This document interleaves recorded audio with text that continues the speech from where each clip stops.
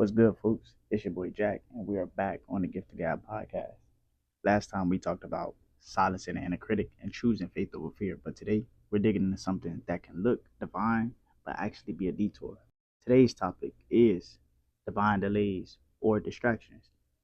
Because let's be honest, sometimes we say we're waiting on God, but truthfully, we're just stalling, hoping we can see it before we walk into it. So, section one of today's episode is recognizing God's timing versus our procrastination. Let me keep it real. We often confuse waiting on God with avoiding action. We want confirmation, we want clarity, but truthfully, what we're really seeking is comfort. And in all honesty, having faith ain't comfortable. Faith requires you to lean on understanding that ain't yours, and it requires you to make moves blindly. And this is why we struggle, because instead of following God's instructions blindly in our discomfort, we prefer to ask God the same questions for confirmation so that we can gain a sense of comfort. But seeking that comfort causes inaction, and this also causes us to procrastinate. So let us not forget that faith without works is dead. That is James chapter 2, verse 17. Waiting on God is not sitting around with our arms folded. It is praying, preparing, and positioning. Remember that God's timing comes with us taking the responsibility of being in alignment. Two things that are not a reflection of being in alignment is procrastination and fear. What's funny about these two things is they feed off each other and work hand in hand. Now I want you to ask yourself, are you in a waiting season or are you just scared to move? God doesn't always give you the whole staircase. Sometimes he just gives you the first steps. And it's just not him being difficult, but it's him building that trust with us. Now, if God gave you the green light, don't stay parked asking him for another sign.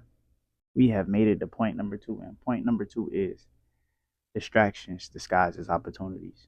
Now, here's the danger in this. Not every opportunity is a God ordained assignment. Some things will look like favor, but then later on feel like frustration. The enemy does not just show up in chaos. Sometimes he shows up in busyness.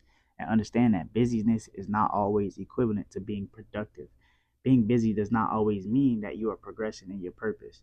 And if the enemy can't destroy you, he'll distract you.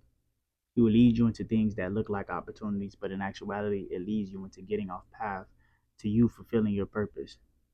The best way to avoid this is to consult God in every move that you make. Matthew 6 and 33. Go visit that when you got some time. Remember that Jesus was offered the kingdoms of the world by the enemy, but the enemy offered him that without the cross. Check that out in Luke chapter 4. It was a shortcut, but it wasn't the assignment. He said no to what looked good so he could walk into the yes that he was given for his God ordained assignment. I know sometimes that while we pursue what we're purposed to do, it gets difficult, and sometimes the promise doesn't always look so promising. But running to something else doesn't fix what you perceive as a problem. It only creates problems like delays and distractions. Every open door isn't divine. Some are detours dressed in convenience. So stop being so quick to abort the mission when the pursuit of purpose gets tough. And understand, people, that this is not only limited to jobs and actions. Some of our biggest distractions come in the form of relationships, linking with the wrong friends, being romantically involved with the wrong man or woman, and also taking advice from the wrong people. And family isn't excluded from this. Section 3, pruning versus pausing.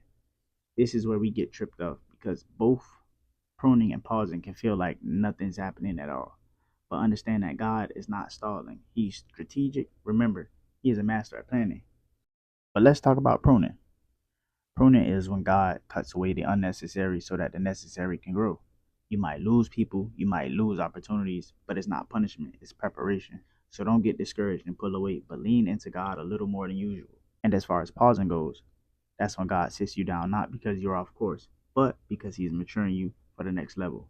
God doesn't waste time, but he will use time to grow you. So keep in mind, we're talking about pausing, right? So here's an analogy that makes it digestible. Let me talk to all my iPhone users. When our phones are due for an update, in order for it to be installed, the phone must temporarily go into recovery mode. Now, this means that all things must come to a brief pause. While in recovery mode, the phone installs the new software that equips it to be used in a new capacity. But the phone will never undergo being equipped with the new software if it never undergoes being under recovery mode. This is much like how God does us when he needs to equip us for a new level in our lives. So when God has you in a place of being still, just know he's equipping you for a new level. Just chill. You're in spiritual recovery mode. point four, my last and final point for you guys today, right? Let's talk about silence. Because when it gets quiet, that's when the enemy gets loud. Silence is a place where distractions come easy because you find yourself overthinking and the enemy starts to sow seeds of doubt. You start asking God, did I miss it? Are you still with me? Did I do something wrong? Am I doing good enough? What is it that I'm not doing? But understand that silence is not absence. Silence sometimes is God saying, I already told you what to do. Stay faithful. In the season of silence, this is not where you should find yourself being discouraged. Don't get me wrong. I understand that you're not receiving another confirmation like you asked for, but you have to understand that God is trusting you to really operate in faith because He has already given you the green light to go forth in what you've already put before Him. So understand that silence is not a season to repeatedly ask for confirmation, but it is a season of operating in faith and putting into action what you've already been told. So stay focused, stay faithful, and keep doing the work. Psalm chapter 27, verse 14 says, wait for the Lord, be strong and take heart, and wait for the Lord. When things get quiet, that's your time to press in, not pull back. Stay in prayer, stay in the word, stay connected, keep pressing in your purpose.